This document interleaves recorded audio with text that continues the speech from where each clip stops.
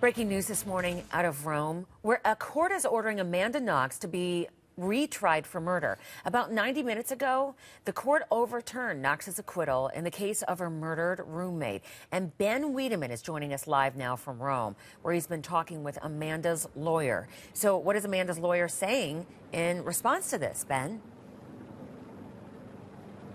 Yes, her lawyer, Carlo Della Vedova, said that she's obviously very upset by this ruling, but he said she's strong and that she's ready to fight. Now, she told him in a phone conversation just after the verdict came down that she's confused, that she doesn't really understand how the Italian justice system works, but then again, maybe many Italians don't understand it either, but she has confidence that in the end, justice will be served. We also spoke with the lawyers for the family of Meredith Kircher, the British exchange student who was killed back in 2007.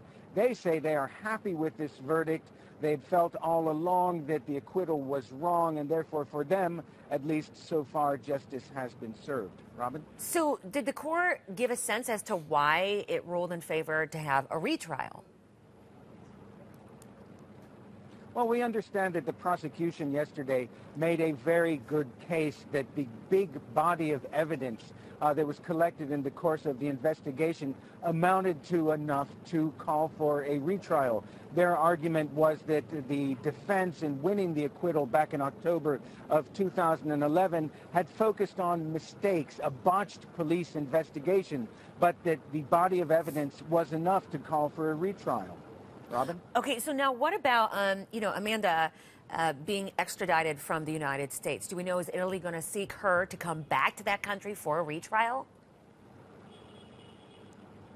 At this point, no. We understand that the judges in the Supreme Court have 90 days to publish the motivations for their decision to overturn the acquittal, after which the defense and the prosecution have 40 days to put forward their position. The wheels of the Italian justice system grind very slowly, so there may not be a trial until sometime early next year. And apparently she and Raffaele Sollecito, her former Italian boyfriend, don't have to be at the trial when it takes place in the beginning.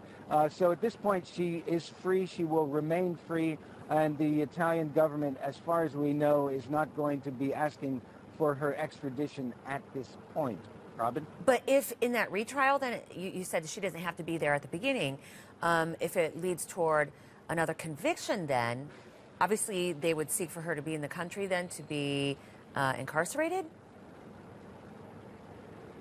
Yes, eventually that will be the case. They will want her back in the country, but even though there's an extradition treaty between Italy and the United States, it's on a case-by-case basis. There's nothing that compels the United States to send a citizen back to Italy if they feel that, for instance, the trial was botched, that she will not get a fair trial. There have been instances in the past where American citizens who were found guilty of crimes in Italy have not been made to come back and serve time in this country.